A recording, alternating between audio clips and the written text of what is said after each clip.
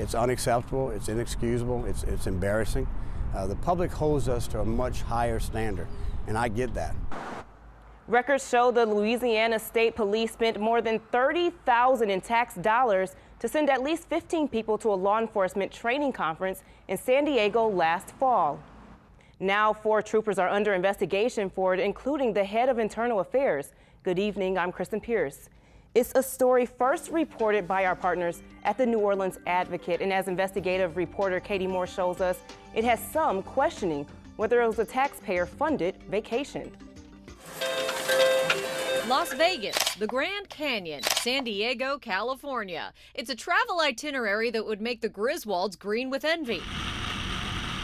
Last October, it wasn't the travel itinerary for a family vacation, but the trek 4 Louisiana state troopers took to a training conference, all on the taxpayers' dime. This goes beyond the pale of some simple mistakes. State Police Commander Colonel Mike Edmondson received a Lifetime Achievement Award at the International Association of Chiefs of Police Conference in San Diego.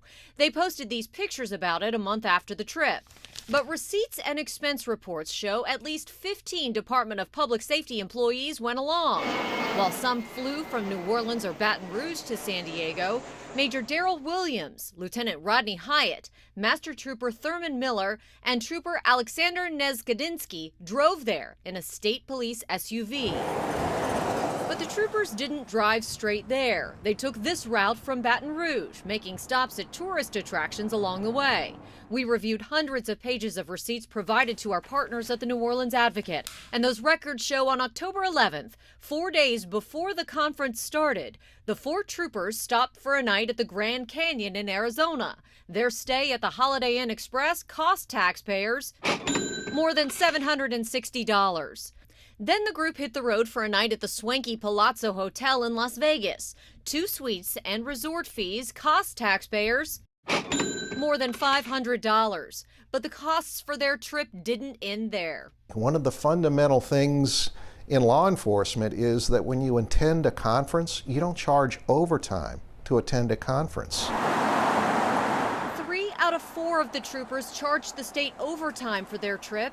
Timesheets show Lieutenant Hyatt got paid for 63 hours of overtime. In the comments, it says it was for an IACP special detail.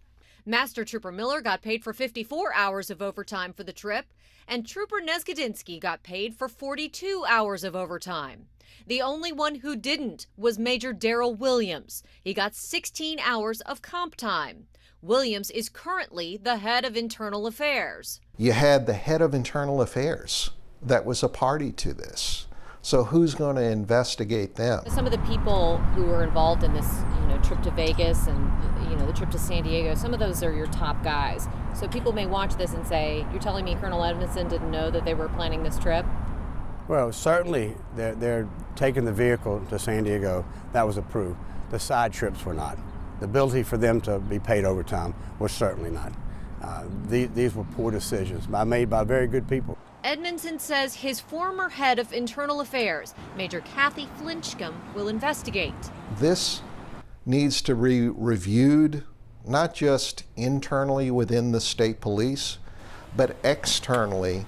And whatever the investigation uncovers, it needs to be presented to a prosecutor to determine if there's any criminal violations.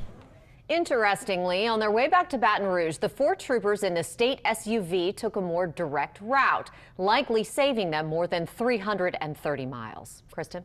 And Katie, who was the SUV assigned to? That's also interesting. State police say that SUV is assigned to Colonel Edmondson's chief of staff, Lieutenant Charlie Dupuy.